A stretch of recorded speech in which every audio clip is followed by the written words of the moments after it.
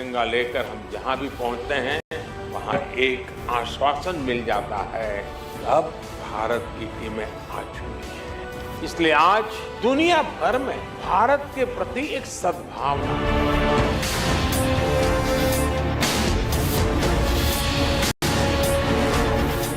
और उसकी आंखों में जो एक बार चमक थी, वो इस जो हंसी थी, वो चमक थी, वो इस दुनिया की सबसे बेहतरीन चमक, बेहतरीन मुस्कान थी। फिर मैंने बोला कि यह हिंदुस्तान को जानता है क्या? तो वो बोला हाँ, हिंदुस्तान को भी जानते हैं और आपके मोदी को भी जानते हैं। बोले बड़ा गर्व। वो लोग हमारे लिए को बहुत थैंकफुल बोलते थे और बहुत हमको देखकर बहुत खुश होते थे कि आप लोगों ने हिंदुस्तान से आप लोग आए और हमारी जान बचा रहे हैं, तो वो लोग हमको बहुत खुश होते थे हमें देख। उसके बाद उन्हें विश्वास हो गया था कि हम वहाँ काम करेंगे, उनके परिवार के लोगों को बाहर निकालेंगे।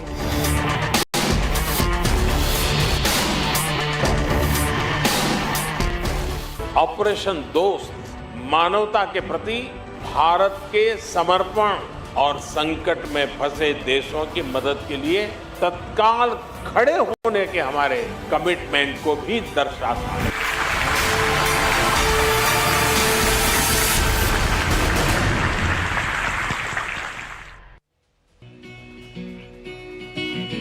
अपना ये दिन है आज का,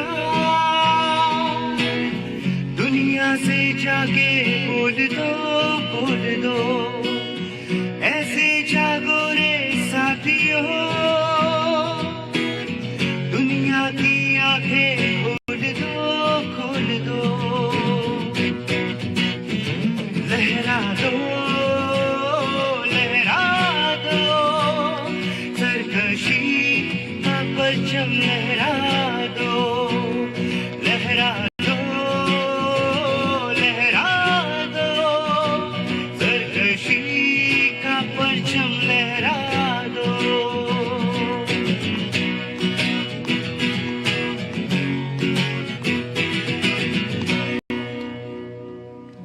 बहुत बहुत शुक्रिया गौरव और बहुत बहुत स्वागत है आप सभी का धरती पुत्र में। आपके साथ मैं हूं विद्यानाथ झा।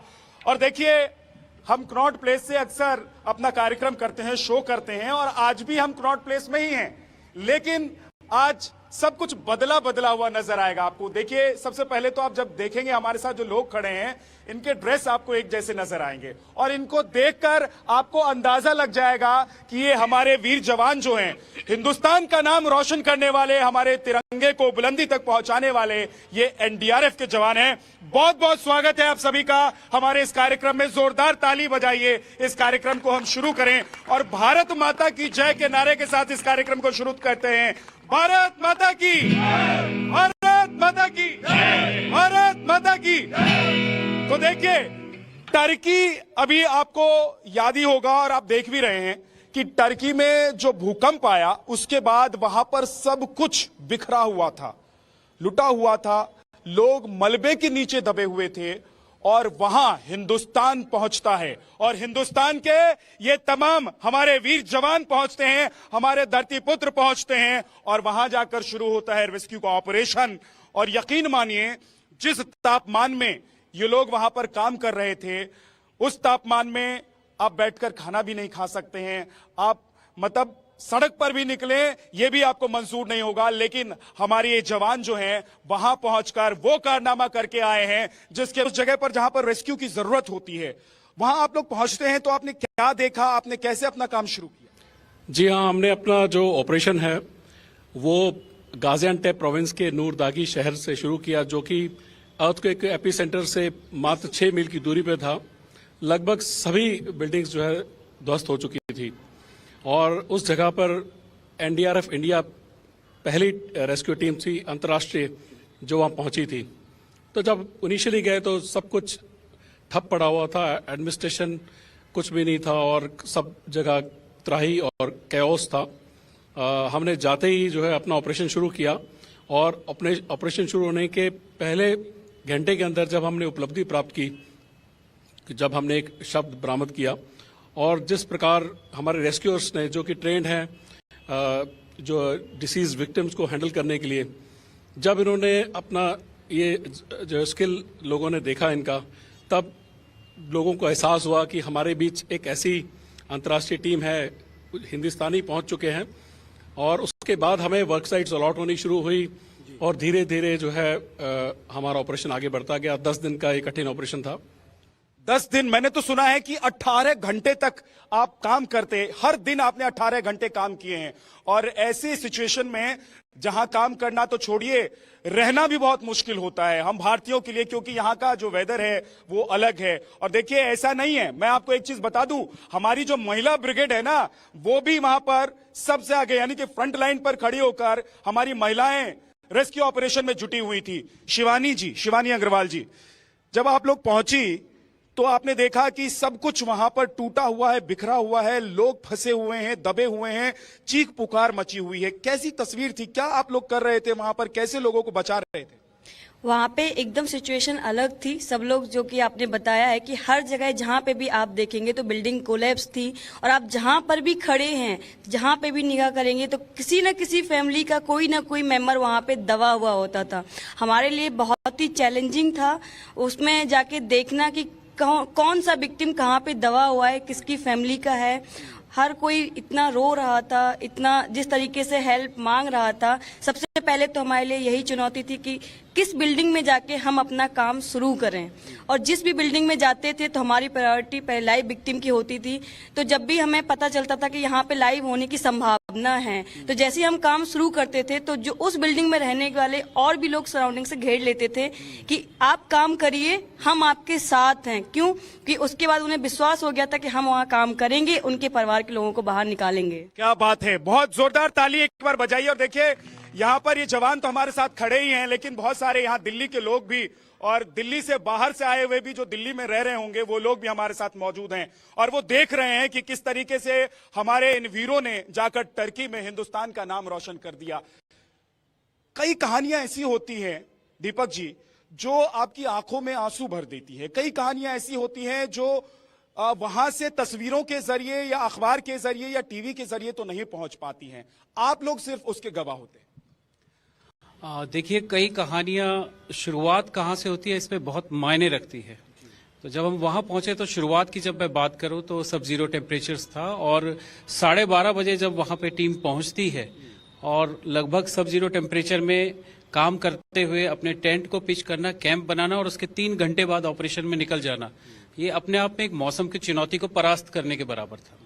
इसके बाद जब एक मार्मिक घटना वहां पे घटित हुई, मेरे साथ भी हुई, मैं वो जरूर बताना चाहूंगा आपके दर्शकों को कि एक परिवार के 4 सदस्य, जो हमारे लिए तो हम लाइव ही मानते हैं, एक बिल्डिंग में ट्रैप थे। 3 स्टोरी बिल्डिंग थी, उसका ग्राउंड फ्लोर पैनकेक पैटर्न में कोलैप्स होकर पूरा बैठ चुका था। तो हम उस बिल्डिंग में काम कर रहे थे और सर्च से हमको पता भी चल चुका था कि लाइव विक्टिम नहीं है यहाँ पे, बट स्टिल परिवार की मौत हो चुकी थी, जो लोग वहां पर दबे हुए। जी हाँ, जी हाँ। लेकिन परिवार की भावनाओं को ध्यान में रखते हुए एक शिवानी के साथ वहां पे उनका जो वार्तालाप हुआ तो उसमें कहा ऊपर अल्लाह है और उसके बाद नीचे आप हमारे लिए हैं। तो इस भावना को रखते हुए हमने काम को वहां शुरू किया, और जब वो डेड बॉडीज वहां से निकाली तो उस फैमिली का एक सदस्य अहमद, वो वहां पर मौजूद था। उसकी आंखों से आंसू बह रहे थे, गले मिला। इस बीच उसको ये पता चला कि मैं अपने किसी पर्सनल रीजन से शाकाहारी हूं आज की डेट में। अच्छा, आप शाकाहारी हैं। और मैं एक चीज बताना चाहता हूं, मैं भी अभी यूक्रेन बहुत लंबे वक्त तक रहकर आया हूं और आसपास के मुल्कों में भी गया, पोलैंड गया, हंगरी गया। तो वहां ऐसे देश में तो वेजिटेरियन होकर रहना बड़ा मुश्किल है। और ऐसी परिस्थिति में जब आप एक ऐसे मुश्किल हालात में गए हैं जहां पर खाना तो छोड़िए, रहना भी बड़ा मुश्किल होता है, कैसे सरवाइव कर रहे थे? पहले इस क्वेश्चन का ही मैं जवाब देता हूं, स्टोरी को फिर जारी रखेंगे। 72 घंटे तक हम लोग पूरी तरह से सेल्फ कंटेंट थे, चाहे वो पानी की बात करें, चाहे वो बना हुआ खाना हमारे पास था, उसी पे हम सरवाइव भी कर रहे थे। और 72 घंटे के बाद हमारी अपनी जो एनडीआरएफ की परंपरा है उसके मुताबिक हमने 24 घंटे में ही अपना किचन सेटअप कर लिया था और खाना बनना वहां पे शुरू हो चुका था। लेकिन जब वर्क साइट पे आप काम करते हैं, 18 घंटे से 72 घंटे तक हम लोग वर्क साइट पे कंटिन्यूअस काम कर रहे थे, तो वहां पे कई बार खाना पहुंचने में मुश्किल होती है। तो अहमद, जिसकी मैं बात कर रहा था, उसे पता चला कि मैं शाकाहारी हूँ और पूर्णतः शाकाहारी हूँ, कि अंडे तक का भी सेवन नहीं कर रहा हूँ। तो वो रोते रोते वहां से गया, अपनी मुट्ठी में एक सेब दबा के लाया और मेरे को उसने पकड़ा दिया और गले लग गया और उसके आंसू बहने लगे। तो एक अनकही दोस्ती की एक अनूठी शुरुआत थी। और उसके बाद, और इसीलिए इस ऑपरेशन का नाम भी दोस्ती रखा गया था।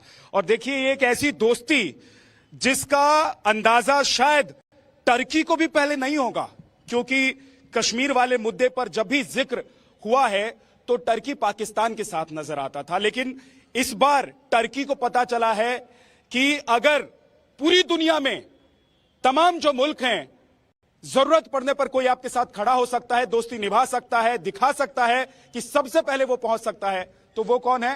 हिंदुस्तान है। और हिंदुस्तान के जवान हैं। अभिषेक राय जी हैं हमारे साथ। अभिषेक जी, वैसे आप हिंदुस्तान में कहां के रहने वाले हैं? मैं गाजीपुर से उत्तर प्रदेश के रहने वाले हैं। और एनडीआरएफ में है कब से? मेरे को 6 साल हो गए। 6 साल हो गए। तो बहुत सारे ऐसे आपने जो डिजास्टर मैनेजमेंट का काम है वो किया होगा, रेस्क्यू ऑपरेशन चलाए होंगे। ये ऑपरेशन, जब इंटरनेशनल ऑपरेशन पर आप लोग जाते हैं और टर्की जैसे हालात होते हैं जहां हजारों की संख्या में लोगों की मौत हो जाती है, तो ये ऑपरेशन कितना मुश्किल होता है और कैसे आप लोग इसको अंजाम देते हैं?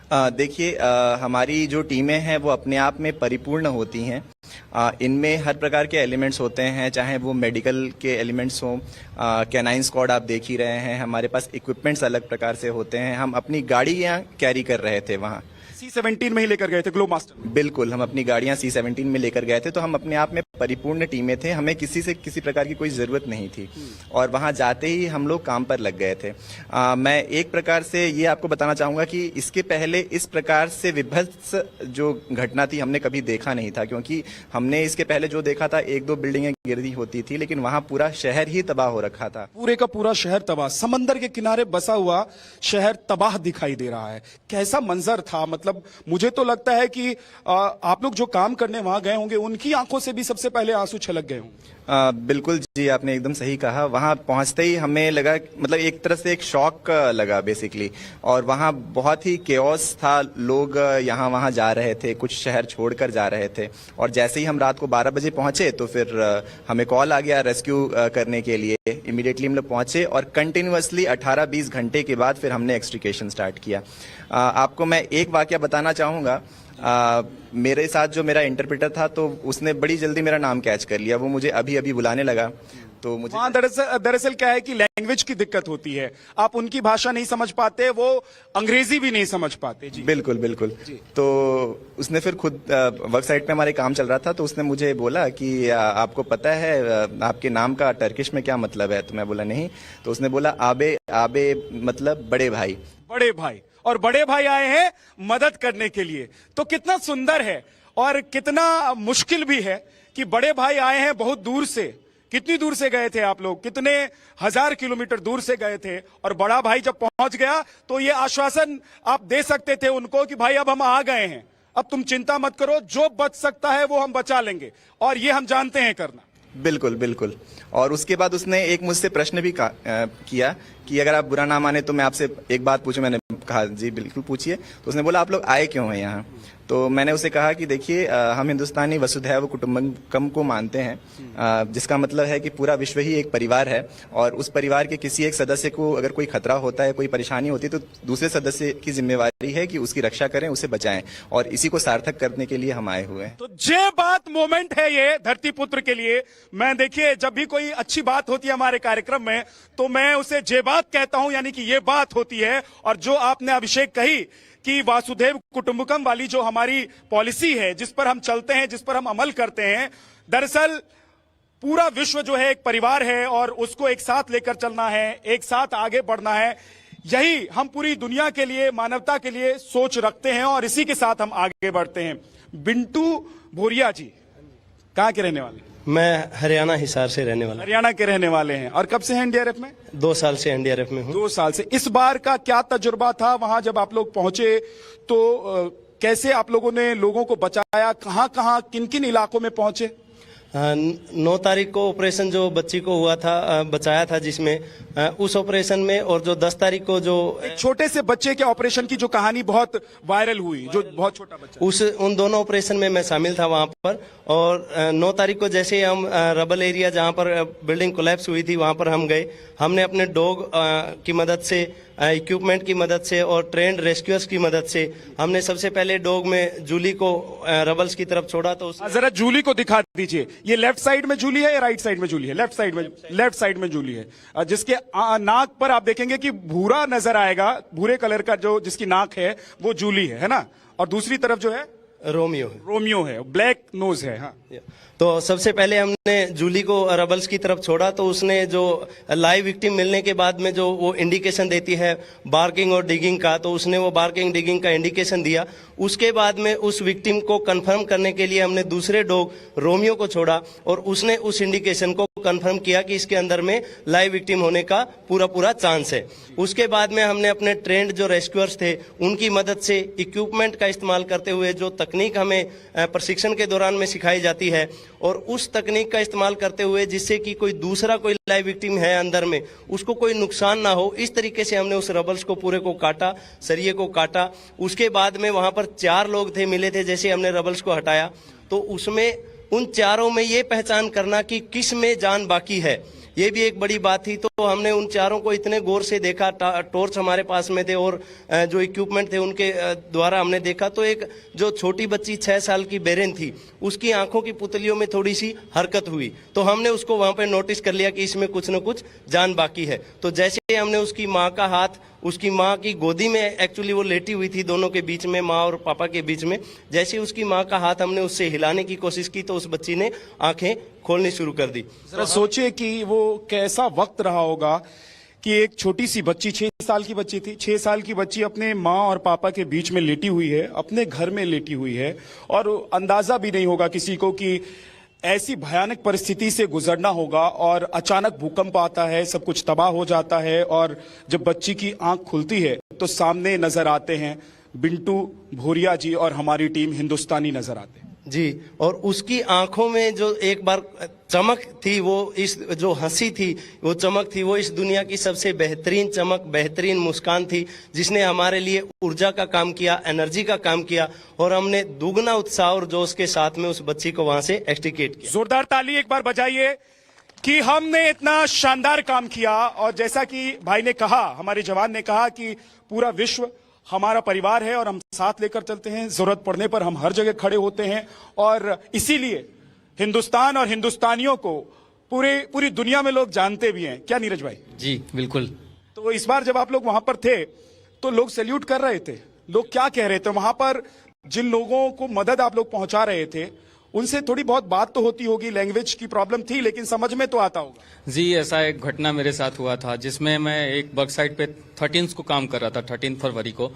तो वहाँ पे एक बिल्डिंग थी 6 माले की, उसमें सीरियंस पीपुल्स रहते थे।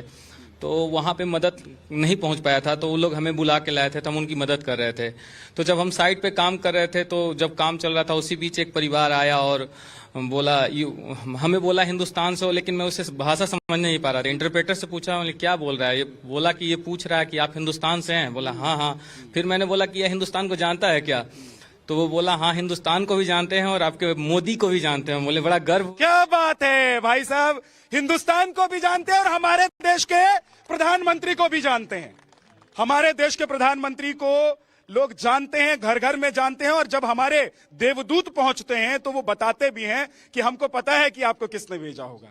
तो फिर मैंने उनके साइड पे काम किया और लास्ट में वो बार बार जब हम निकल रहे थे तो बोल रहे थे Hindustan thank you, Hindustan thank you. लगभग कंटिन्यू वो 8 से 10 बार ऐसे मतलब नारा लगा रहे थे हिंदुस्तान थैंक यू का। तो मुझे बड़ा गर्व हुआ कि मैं एक हिंदुस्तानी हूँ। बहुत गर्व हुआ और हमें आप पर गर्व है। क्या गौरव? और इसीलिए मैं कहता हूँ गौरव 2 लाइन सुना दीजिए कि हिंदुस्तान पर, हिंदुस्तानियों पर हमें तो गर्व है ही, लेकिन आज देखिए टर्की को भी गर्व है।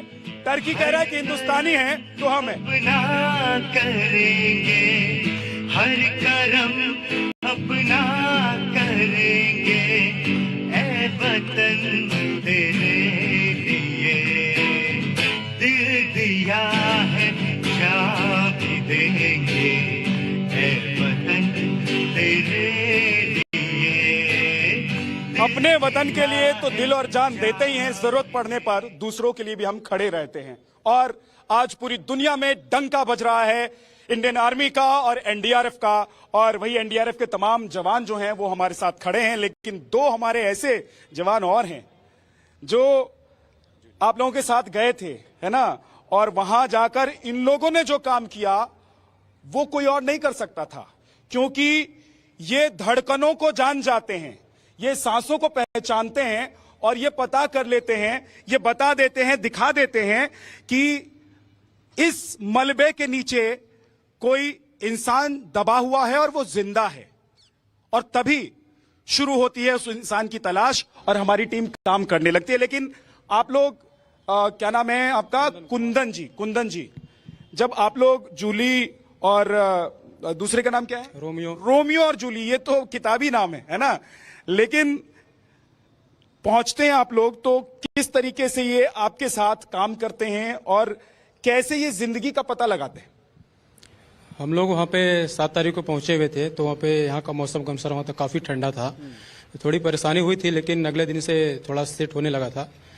9 तारीख को जब हम लोग डॉग लेकर गए थे, जगह जगह पे विभिन्न जगहों पे सर्च करा रहे थे, तो अपने टीम कमांडर के आदेशानुसार हमने एक जगह पे सर्च कराने के लिए भेजा गया। वहाँ पे थोड़ी परेशानी थी, डॉग को चढ़ने का जगह नहीं था। फिर मैंने सबसे पहले जगह बना करके जूली को छोड़ा। जूली ने जूली है, ये देखिए, ये जूली है, ये रोमियो है ना? जी। जूली को लाइव विक्टिम सेंट मिलते ही ने डिगिंग बार्गिंग करके मुझे इंडिकेशन दिया। इसके कंफर्मेशन करने के लिए मैंने दूसरे डॉग रोमियो को छोड़ा। रोमियो ने सेंट लेकर के कंफर्म किया कि यहाँ का लाइव विक्टिम है। इसकी सूचना हमने अपने ऊपर कमांडर को दिया। कुछ देरों के बाद हमारी रेस्क्यू टीम ने वहां से एक जिंदा बच्ची को सुरक्षित निकाली। जिंदा बच्ची को सुरक्षित निकाला।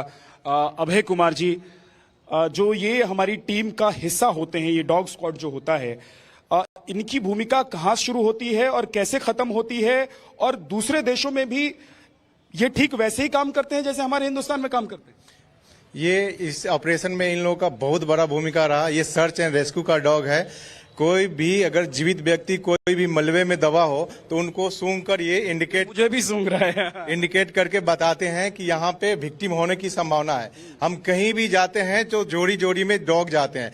बिल्कुल ये डॉग फ्री स्टाइल में रहते हैं और एक डॉग से कन्फर्मेशन लेते हैं, दूसरे डॉग से कंफर्म कराते हैं। ठीक है, तो ये हमारे मतलब ऑपरेशन के बहुत बड़े मुख्य पार्ट हो गए। ये बहुत वहाँ पे हाईलाइटेड हो गए। कहीं भी जाते थे जूली रोमियो हर कोई इसका इंतजार करता था कि जूली रोमियो कहाँ है। कहीं भी जाते थे तो एक सन्नाटा सा लग जाता था कि ये कहीं हमें जिंदा विक्टिम, लाइव विक्टिम देने का इंडिकेट करेगा। नाम भी इतना शानदार है जूली रोमियो कि लोगों को नाम भी तुरंत याद आ जाता होगा। और जैसा कि आप कह रहे हैं कि वहां पर भी, टर्की में भी लोग इनकी खोज में रहते थे कि जूली और रोमियो अगर हमारे इलाके में आ जाए तो पता चल जाएगा कि मलबे के नीचे जो लोग दबे हुए हैं उनमें कितने जिंदा हैं, कहां रेस्क्यू ऑपरेशन को चलाना है, कहां इस रेस्क्यू ऑपरेशन को आगे बढ़ाना है। एक खास बात यह भी है कि प्रधानमंत्री नरेंद्र मोदी का जिक्र आया, तो प्रधानमंत्री नरेंद्र मोदी के बारे में ये जान भी आप लीजिए। हालांकि आपने देखा ही होगा टेलीविजन पर कि जब ये टीम पहुंचती है यहां पर हिंदुस्तान, तो प्रधानमंत्री इनसे मुलाकात करते हैं और प्रधानमंत्री क्या कहते हैं वो भी आप लोगों से मैं समझूंगा, जानूंगा। लेकिन थोड़ा सा ये जो टर्की की कहानी है, हमारे जवानों की जुबानी, वो समझ लेते हैं। अमित जी, भाई, क्या आपने वहां ऐसा एक्सपीरियंस किया जो आपको लगता है कि आज हिंदुस्तान को बताना चाहिए या पूरी दुनिया को बताना चाहिए? जी सर, मैंने एक्सपीरियंस किया। वहाँ के लोग हमारे इंडिया को इंडिया न बोल के हिंदुस्तान बोलते हैं। इंडिया नहीं बोल के हिंदुस्तान बोलते, हिंदुस्तान बोलते हैं। और यहाँ पर देखिए, वो हिंदू और हिंदी वाली लड़ाई चलती है, जबकि वो टर्की जो इस्लामिक कंट्री है वो हिंदुस्तान बोलते हैं। ठीक है सर, वो हिंदुस्तान बोलते हैं। मेरे साथ एक वाकया हुआ सर, वहाँ के एक ऑपरेशन साइट में मैं काम कर रहा था, तो वहाँ का जो सिविल लोग था, वो मैंने जैकेट पहनी हुई थी, मेरी जैकेट पे हमारे इंडियन फ्लैग का लोगो लगा हुआ था। तो वो बोला कि मेरे को ये लोगो जैकेट चाहिए। मैंने उससे बोला कि ये मेरी यूनिफॉर्म है। तो बोला I like your Indian flag. तो मैंने उसको, एक मेरे पास था ऑपरेशन दोस्त इंडियन फ्लैग लगा हुआ, तो मैंने उसकी जर्सी पर वो चस्पा कर दिया। तो उसने उसको चूमा और अपने आंखों पे लगाया और वो बहुत खुश हुआ और हिंदुस्तान, आई लव हिंदुस्तान के नारे लगाता हुआ निकल गया। जब बात की हिंदुस्तान से बाहर भी लोग अपने सीने पर, अपने दिल पर हमारे तिरंगे को चस्पा कर लेते हैं। और इससे बड़ी बात क्या हो सकती है सर, कि कोई बाहर किसी और देश, किसी और मुल्क का व्यक्ति कहे कि मेरे सीने पर तिरंगा लगा दो। डेफिनेटली हमारी टीम ने जो काम किया, जब हम लोग वहाँ पहुँचे थे और जब हम वापस आ रहे थे, दोनों के बीच में जो डिफरेंस था, हमारी टीम की मेहनत और हमारे डॉग स्क्वाड ने इंडिकेट करके जो 2 लाइव जिंदगियां बचाई है, उसी की वजह से ये हो पाया कि जब हम पहुंचे थे तो हमारी इमेज कुछ और थी और जब हम वापस आ रहे थे वो हमें अपने परिवार का हिस्सा समझ चुके थे। जब बात तो ताली बजा दीजिए कि परिवार का हिस्सा हो गए। पहले कश्मीर पर क्या बयान देते थे, और रविंदर जी अब देखिए सब कुछ बदल गया है। पूरी दुनिया में हिंदुस्तान की आज तारीफ हो रही है और टर्की वाले तो जैसा कि हमारे भाई ने बताया कि बोला कि मेरे सीने पर चस्पा कर दो तिरंगा। मैं एक घटना बताऊंगा जिसमें कि एक टर्किश आर्मी का जवान था। उसके परिवार के 3 सदस्य थे। जो 3 सदस्य एक मलबे में दबे थे। 6 स्टोरी बिल्डिंग थी।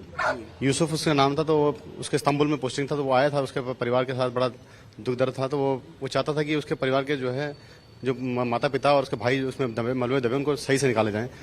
और वो बड़ा रो रहा था। मैंने उसको बोला कि तुम विश्वास रखो मेरे पे, जैसे तुम एक फौज के बंदे हो, मैं भी एक फौज का आदमी हूँ, तुम मेरे पे विश्वास रखो। हम तुम्हारे माँ बाप को वैसे निकालेंगे जैसे हम अपने माँ बाप को निकाल रहे हैं। और विश्वास करो, तुम इसको मत देखो, क्योंकि देखने से तुम्हारे जीवन भर में तुमको ये भुला नहीं पाओगे, इस मंजर को भुला नहीं पाओगे। मेरे पे भरोसा रखो, समय लगेगा। और 3 फ्लोर के नीचे उनके बॉडी दबी हुई थी। तो उन्होंने बोला कि ठीक है सर, आप निकालिए। तो मैंने जब उसके 5 घंटे के लगभग वो चला, ऑपरेशन चला, उसके बाद उसके माँ बाप को जब निकाला तो वो उसके निकलने के बाद, उनको देखने के बाद मेरे गले से जो रोक के रोया। और वो एक बड़ा मंजर होता है कि आप किसी के परिवार को उसको उसके जैसे वो चाह रहा था उस तरह से सुपुर्द कर दे। तो उसी के साथ वो है। तो कोई गले लगकर रो रहा है तो कोई माथा चूम रहा है हिंदुस्तानियों का, क्योंकि हिंदुस्तान और हिंदुस्तानियों ने टर्की में जाकर जो किया है वो पूरी दुनिया के लिए एक नजीर तो है ही। लेकिन मैं ये सोचता हूं, मैं ये जानना चाहता हूं आपसे कि वहां पर आप लोग कैसे रह रहे थे जब इतने मुश्किल हालात थे, जब वहां पर परिस्थितियां विपरीत थी, तो आप लोग कैसे रह रहे थे? वहां पर ठंड थी, माइनस में टेम्परेचर है, और आप लोग यहां से भले ही सारी व्यवस्था लेकर गए हो, लेकिन सरवाइव करना इतना आसान था क्या वहां? चूंकि हम इस देश की नेशनल डिजास्टर टीम को रिप्रेजेंट कर रहे थे और हमारे सारे रेस्क्यूअर्स इसी दिन के लिए ट्रेन किए जाते हैं। जब हर जगह इसी दिन के लिए ट्रेन किए जाते हैं और जब मौका आता है ना तो खड़े हो जाते हैं वीर की तरह। बिल्कुल बिल्कुल। जब हर जगह नॉर्मल है तो कोई भी जाकर रह लेगा और काम करके आ जाएगा। फिर हम में ट्रेंड में और अनट्रेंड में अंतर ही क्या रह जाएगा। तो we were fully trained to tackle such situations. और वहाँ पे देख ही रहे हैं, सब 0 टेम्परेचर था। स्टार्टिंग में -9 था, उसके बाद -7 -6 फ्लक्चुएट करता था। तो हम सारे अपने साजो सामान जो होते हैं, हमारे इक्विपमेंट्स होते हैं, हमको कैसे सर्वाइव करना है, मतलब सेल्फ सफिशिएंट टीम होती है हमारी, starting from eating materials to our equipments to our clothing. So we were self sufficient in all respect. But वहां रहने वहने के लिए आप लोग क्या टेंट वेंट लगा के रह रहे थे जैसा कि आप लोग बाकी जगहों पर? हालांकि देखिए, मैं एक चीज और बताना चाहता हूं, ये टर्की में जो हुआ है उसके बाद अब पूरी दुनिया हिंदुस्तान की तरफ देख रही है कि पहले अमेरिका पहुंचाया करता था फर्स्ट एड सबसे पहले या सहायता सबसे पहले, अब हिंदुस्तान सबसे पहले सहायता पहुंचाने वाले देश में गिना जाने लगा है। और पूरी दुनिया में कहीं, चाहे नेपाल में हो, चाहे कहीं पर कुछ हो, कोई त्रासदी आए तो लोग हिंदुस्तान की तरफ देखते हैं। बिल्कुल बिल्कुल। जैसे कि जो हमारी फर्स्ट 2 टीमें जहां पहुंची थी, तो हमारी वहां पहुंचने वाली फर्स्ट रेस्क्यू टीम थी। कितने लोगों की टीम थी? टोटल हमारा 151 का स्क्वाड था, जो 3 एनडीआरएफ का। और आर्मी के जवान जो थे वो अलग? आर्मी की उनका एक फील्ड हॉस्पिटल सेटअप था, वो दूसरी जगह सेटअप था, उनकी अलग टीम थी। और हमारी एनडीआरएफ की अलग टीम थी। एनडीआरएफ की 3 टीम्स में से 2 टीम्स स्टार्टिंग में एक जगह डिप्लॉयड थी और हमारी जो टीम इंडिया 12 को हम रिप्रेजेंट कर रहे थे। हमारी टीम ये खताई प्रोविंस है, उसके अंताकिया सिटी में, जो कि वहां पे वर्स्ट अफेक्टेड था। ऑलमोस्ट 2.5 लाख की पॉपुलेशन थी और सारे लोग रोड पे आ गए थे, ऐसी कंडीशन थी। नोबडी 1.5 लाख लोग सड़क पर आ गए। बिल्कुल बिल्कुल, इवन मोर देन दैट। सब लोग रोड पे टेंट में रहते थे। तो हम लोग अपना खुद का टेंट कैरी करते हैं जहां भी जाते हैं। जैसे कि मैंने पहले भी बताया कि हम लोग सेल्फ सफिशिएंट होते हैं ऑल रिस्पेक्ट में। तो हम 1 घंटे में तो पुल बना देते हैं, बड़ी बड़ी नदियों पर पुल बना देते हैं 1 घंटे में। मुझे लगता है 1 घंटे से भी कम वक्त में बना देते हैं। मैंने तो देखा था तपोवन में, जब एनडीआरएफ के जवानों के साथ मुझे मौका मिला था, थोड़े दिन वहां पर काम कर रहे थे एनडीआरएफ के जवान, जब उत्तराखंड में तपोवन की त्रासदी आई थी, तो मैं देख रहा था कि कैसे एनडीआरएफ के जवान पलक झपकते ही तस्वीर बदल देते हैं। पलक झपकते ही कोई अगर कहीं फंसा हुआ है तो उसको निकाल कर ले आते हैं। सुषमा जी, आपके क्या तजुर्बे रहे? हमारी महिला ब्रिगेड जो थी वो वहां पर क्या कर रही थी? सर, हमारी महिला ब्रिगेड हर जैसे साइट पे जाते थे ऑपरेशन सर्च रेस्क्यू में, तो उसमें साथ ही जाती थी। आने के बाद सर वहाँ से जो वहाँ के और काम होते थे उनमें भी करती थी। और सर खाना बनाने में भी हम सब मिलकर इकट्ठा खाना बनाते। खाना बनाती थी आप लोग सब मिलकर इकट्ठे? तो क्या क्या बनाती थी खाना? यहाँ पे सब नॉन वेज खाते थे, तो हम और ज्यादातर वेजिटेरियन है, तो इसलिए। आप भी वेजिटेरियन है? अरे भाई कमाल हो गया। बताइए, टर्की में ऑपरेशन चल रहा है और वेजिटेरियन हमारे भाई लोग पहुंच गए वहां। यस सर, तो उसमें हम सब मिलके ही बनाते थे। लोगों को देखकर उन्हें लगा हो कि आप आ गई हैं तो समझ लीजिए फरिश्ता आ गया है। यस सर, एक वाक्य था, हम ऑपरेशन साइट पे गए हुए थे तो एक महिला की फैमिली अंदर फंसी हुई थी, तो हम लोगों को फर्स्ट प्रायोरिटी लाइव विक्टिम को देते हैं कि फर्स्ट प्रायोरिटी में हम लाइव विक्टिम को निकाले, लेकिन हमें सर्च से पता चल गया था कि उसके जो फैमिली मेंबर्स फंसे हुए हैं वो सभी अनफॉर्चुनेटली डेड कर गए हैं। तो उस महिला का हम लोग वो सारे छोड़ के लाइव विक्टिम के लिए दूसरी साइड पर जा रहे थे, लेकिन वो महिला हमारे पास आई और उन्होंने अपने दर्द को हमसे बताया। हालांकि हम उसकी लैंग्वेज, महिला होने की वजह से महिलाओं को लगता है कि हमारे दर्द को बेहतर कोई महिला समझ, हम उसकी लैंग्वेज नहीं समझ पाए, लेकिन उसकी भावनाएं समझ रहे थे वो क्या कह रही है।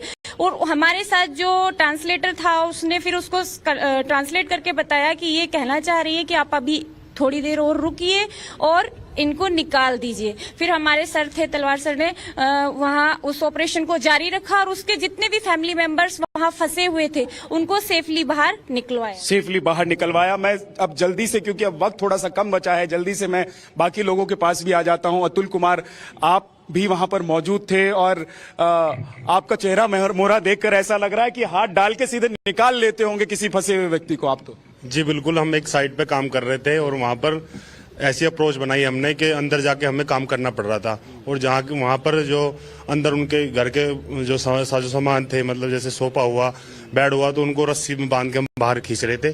तभी हम जब अंदर जाते थे तो भूकंप के झटके आ रहे थे, तो वहाँ की लोकल पब्लिक जो थी उन्होंने भी हमारा भी थोड़ा समझा, तो जैसे भूकंप के झटके आते थे वो शोर मचाते थे, वैसे हमारा भी एक लुक में। कितने दिनों तक भूकंप के झटके आते रहे? लगातार आते रहे। लगातार आते रहे। जी। और कितने दिन आप लोग रहे?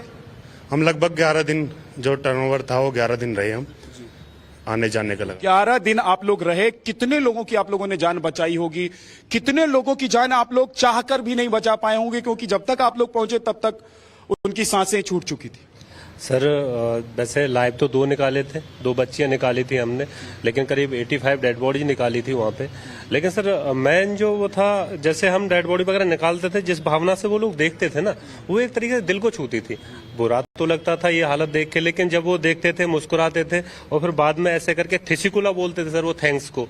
थिसिकुला, टर्किश में थिसिकुला बोलते हैं सर। वो दिल को छूता था उस टाइम पे जब वो झुक के बोलते, तो ऐसा लगता था कि अब मियाँ इतनी दूर आए हैं ये रेस्क्यू ऑपरेशन चलाने के लिए, तो सर ये मान लो कि दिल को छूने वाला पल हुआ करता था कि आज भारत का नाम हम यहाँ पे आके रोशन कर रहे हैं। बिल्कुल अमित जी, यही था। जी सर, बिल्कुल यही था सर। वो लोग हमारे लिए को बहुत थैंकफुल बोलते थे और बहुत हमको देखकर बहुत खुश होते थे कि आप लोगों ने हिंदुस्तान से आप लोग आए और हमारी जान बचा रहे हैं, तो वो लोग हमको बहुत खुश होते थे हमें देख के। जी, लेकिन प्रधानमंत्री नरेंद्र मोदी से भी आप लोगों की मुलाकात हुई। सर, प्रधानमंत्री नरेंद्र मोदी एक तो सबसे पहले, जैसा कि वो हमेशा कहते हैं कि जहां भी जरूरत हो वहां हमारे लोग खड़े होने चाहिए, और हमने इस बार करके भी दिखाया। आप लोग लौटे तो प्रधानमंत्री नरेंद्र मोदी से मुलाकात हुई, क्या बात हुई? माननीय प्रधानमंत्री जी ने कल जब हम लोगों का स्वागत किया, उन्होंने बड़े अच्छे शब्दों में हम लोगों की प्रशंसा की और उम्मीद जताई कि हम आगे भी इसी तरह के ऑपरेशंस करते रहेंगे और देश का मान और सम्मान बढ़ाते रहेंगे। अग्रवाल जी के बारे में मुझे आपकी टीम के लोगों ने बताया कि आप बहुत अच्छा गाती भी हैं, और ये क्योंकि मौका भी खास है। हालांकि ऐसे वक्त से, ऐसी जगह से आप लोग निकल कर आए हैं जहां बहुत दर्द था, बहुत मुश्किल हालात थे, लेकिन देश लौटकर शिवानी आज क्या कहना चाहती हैं 2 लाइन में?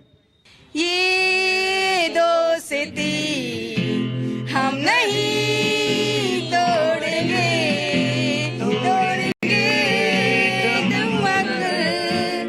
तेरा साथ ना छोड़ेंगे। ये दोस्ती हम नहीं तोड़ेंगे,